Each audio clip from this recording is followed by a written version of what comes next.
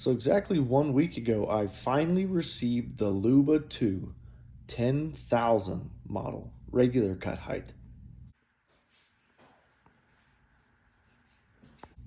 The Luba is something I'd been looking at for a really long time. Prior to making this order, I had had an old Works Landroid perimeter wire based mower, and it was really good for our purposes, but we had since moved to a larger property that required a significantly more robust machine, and I had been really hoping that the Luba 2 would achieve that for us.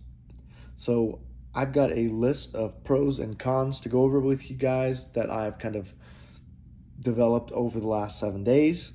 Like I said, I don't know everything about it yet. I didn't do the most research before I bought it, but I felt good about it, and so I pulled the trigger. So I'm going to go over what I've learned, what I probably could have figured out beforehand, that I don't like, and then I'll also tell you guys what I do like.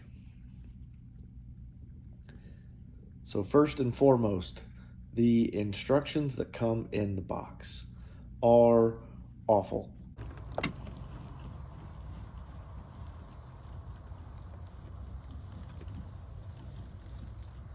Told it to go home, and it tried to push down my garage. So that's not right. Try this again. Okay, just gonna turn sideways. Okay. It's really confused about where the space station is.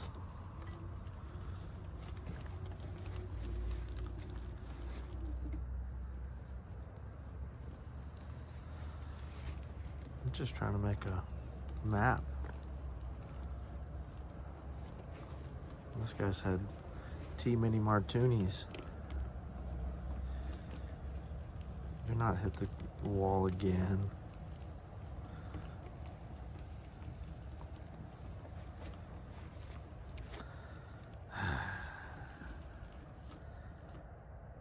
Not a good sign. All right, so official gripe number, I don't know, 4. The instructions are really bad, which is okay. But what they fail to mention is that this extension cable for the reference station is not an extension between the reference station and the base station. That is a standalone power cable. And I should have put 2 and 2 together when they sent 2 transformers with 110 receptacles or 120 plug-ins. But I was just kind of confused why they sent 2. Well, it's because you can put that on its own power anywhere else. It doesn't have to be attached down here, which it doesn't show any other way in the instructions, which is super helpful because I thought that this guy had to be tied to this guy, which is why I put them both here, because I don't have a single great spot for both.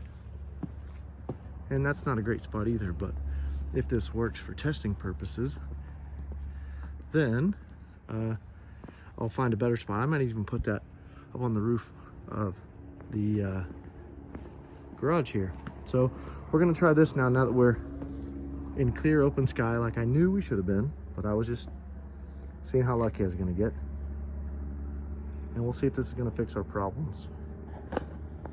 Now there is a 79-page manual that you can get online, but I didn't really feel like printing 79 pages, and I just assumed that the mower would come with a pretty decent manual. No, it has like a little booklet that has really crappy instructions that it actually cost me the whole first night. So I got it on a Tuesday night, and it was about 7:30 when it arrived. By 8:30, I'd had it mocked up, plugged in, powered up, and just kind of was bumping my way through the install process, and I was having some issues. And by the end of Tuesday night, I kind of just Gave up on it, didn't want to mess with it, figured I'd start fresh on Wednesday. So I kind of lost the day. Come back the next day, and I kind of had it figured out. To be fair, most of the problems that I had were user error, but it was user error because the instructions don't really tell you what to do. The terminology between tasks and channels and no zones wasn't perfectly clear, and it definitely doesn't explain how the logic works, how you interface with those sections of the map as you start out. So I was just trying to get something to happen, um, and nothing was working. I think what ended up helping me was I moved the reference station pole out from under my soffit of the house, which I know it needs open sky, but there are people putting them like inside their houses, in their roofs, and they work. So I was kind of optimistic that I could just put it on the edge of my garage. Interestingly, I had more satellite connections underneath the soffit than in the middle of the yard. But anyway, so the instructions sucked. I worked it out. It wasn't super complicated. Just be prepared for that. If you're someone who doesn't like to kind of brute force through technical stuff, you may not love it, but the long 79-page manual will definitely get you there. The second thing that I don't like about it is the area cap. When I say area cap, when you buy a Luba 2, you buy the 1,000, 2,000, 5,000, 10,000. There may be something in between there.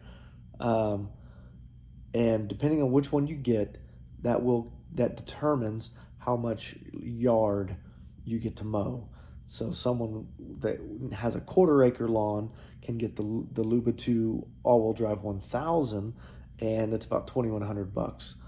And that goes all the way up to the Luba to 10,000 that I bought, and it was a little over $4,000. And that's supposed to get you 2.5 acres. Well, it doesn't say how they're calculating that maximum range or capacity. I thought that that's just like the suggested, when you buy a set of tires, you're going to get 75,000 miles, and some people get a little less, some people get a little more. Well, it seems like the Luba, that is a software-based cap. Whenever you create your task areas, it calculates the surface area. And once you exceed the cumulative surface area of your unit, it no longer lets you create tasks. For example, I had about 2 acres of task area mapped, and then I decided to add on another 0.6 acre section, which exceeds the 2.5 that it's quote unquote designed to handle. And I spent a solid amount of time walking around over a 1/2 acre section of land behind that mower that's slow when you're mapping out your task area. And when I finished, it said something to the effect of, "You're out of room," and it just wiped that map. So I don't know if there's a difference between any of these 1,000s, 2,000s, 10,000s from a hardware perspective. It may all be in the software and the programming, a digital governor for land area. I don't know, but it's pretty discouraging because the Luba could absolutely cover way more than the 2.5 that it's marketed as. It could handle 3, 4. I wouldn't be surprised if it could do 5 acres and what that I've seen in just the first 6 days of heavy use. So that brings me to con or gripe number 3. Limited frequency options, scheduling options. Whenever you try to schedule a cut, it doesn't really give you any details. It lets you pick right now. It lets you pick a specific date in the future, or you get to say weekly or monthly, and then you pick like the day of the week. You don't pick like a time. You don't set like there's nothing else. And you can't have that same cut more than once. So like the best or the most frequent that you can automatically have an automated cut schedule is once a week. Otherwise, you have to go in and manually tell it to cut however often you want. And that's exactly what I've done. It's really weird to me that you can't make a custom schedule with custom task areas. I don't know. I don't know what the thought process is there, but it's definitely, it doesn't make sense. Now for me, it's okay because I'm still learning the unit, so I don't really want it to cut on a schedule yet. I just want it to cut as often as possible so I can work out all the kinks with the boundaries and the no-go zones, and that's something I'm still doing. But eventually, a month from now, 2 months from now, I'm not even going to want to think about it. It's so good that I'm not going to have to worry about it. I'm just going to want to say Monday at 6 a.m., cut task area 1. Tuesday at 8 p.m., cut task area 1. And then just fill out a whole calendar. Well, you can't do that because task area 1 can only get one assignment per week. It doesn't, when I say it out loud, it makes even less sense. I hope I'm wrong about that. Maybe I'm just using it wrong, but I have tried multiple times to set one task area to multiple times a day even, or multiple times in a week, and I haven't been able to. So limited scheduling customization, not a fan of that. But it's easy to overcome. You just go into your phone when you want it to mow and you just tell it to mow. You kind of have to babysit it, but you can do that. Not a huge deal. This also kind of ties into the last thing, the limited scheduling frequency, the saved mowing patterns. So you outline your task areas. You give each section of your yard a name or a number. And when you want to mow, if you don't schedule it if you don't schedule it and plan it, and even when you do actually, it doesn't like save it as a preset. You know, imagine getting in your car, and every time you get in your car and all your radio station presets, no one does that anymore. But you're buying an auto mower, you're old enough to know, and just imagine all your presets were wiped every time.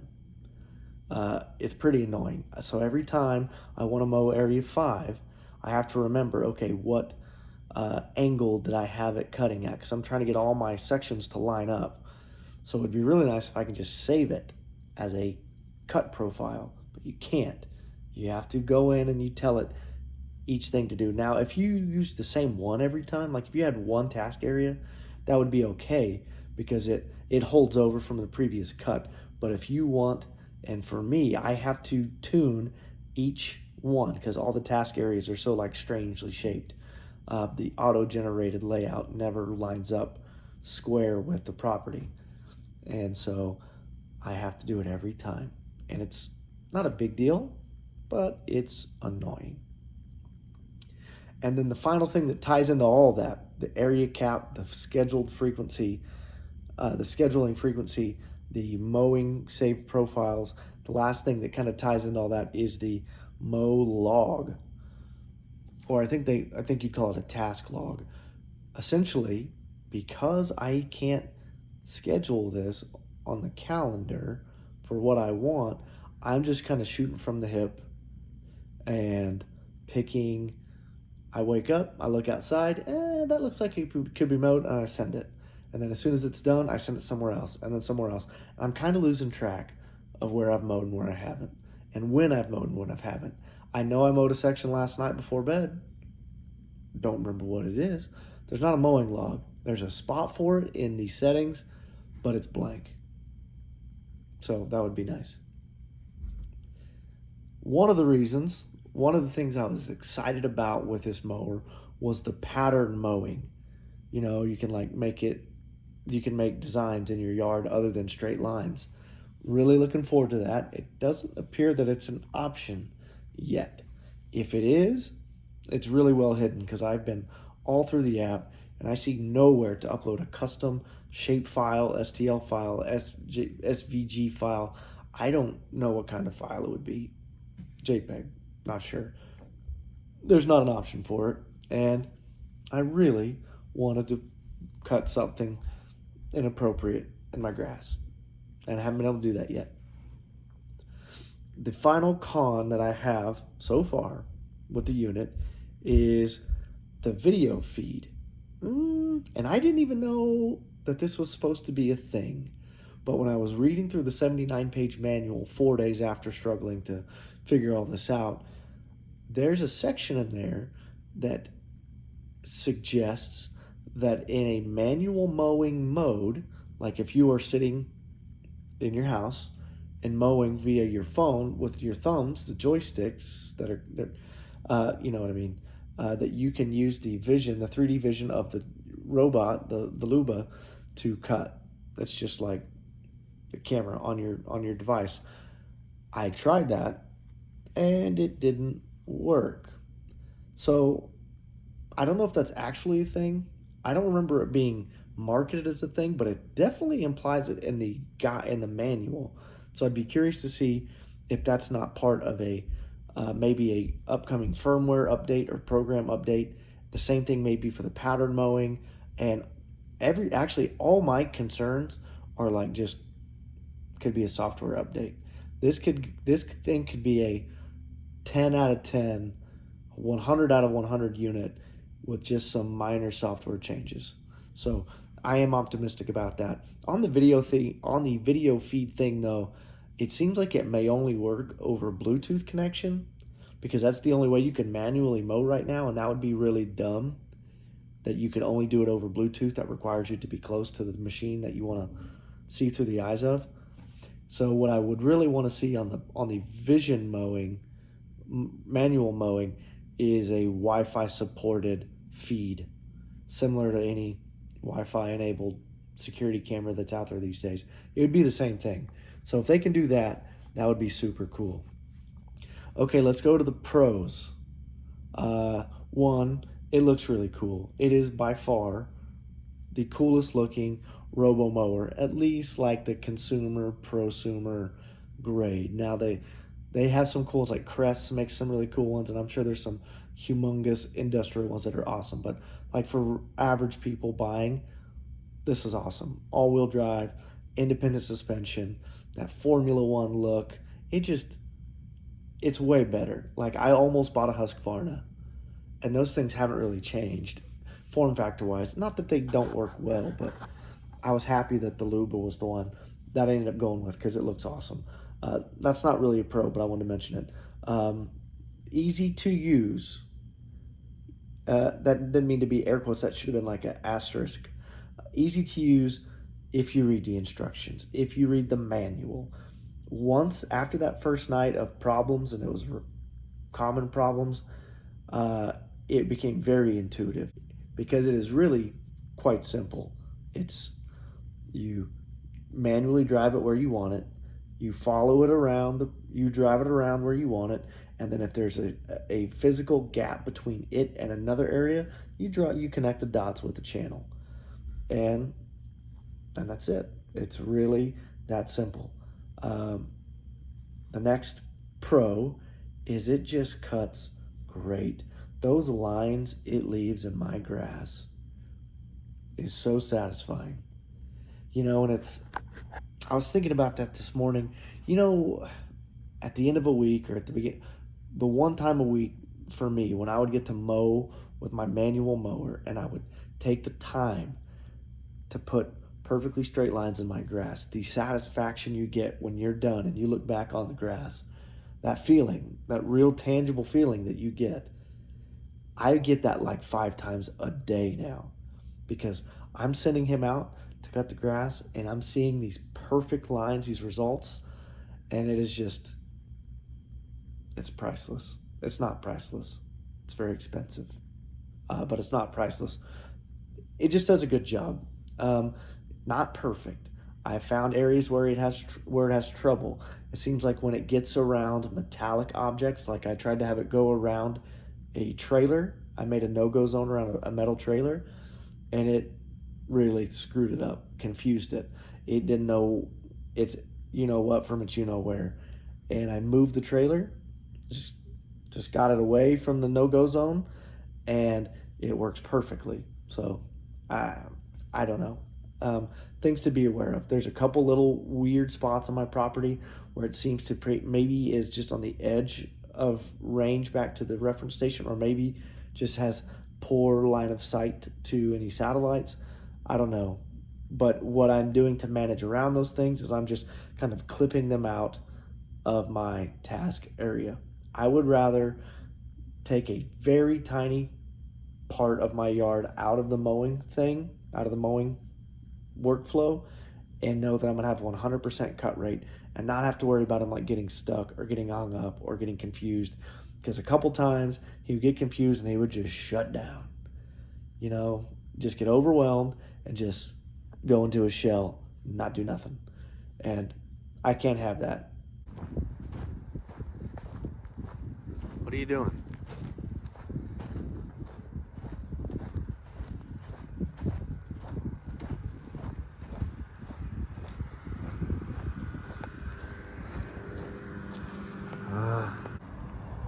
So just went in, told it to restart.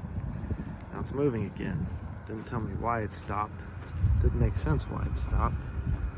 It just stopped. And that's not even part of the path it has remaining, so a little confused.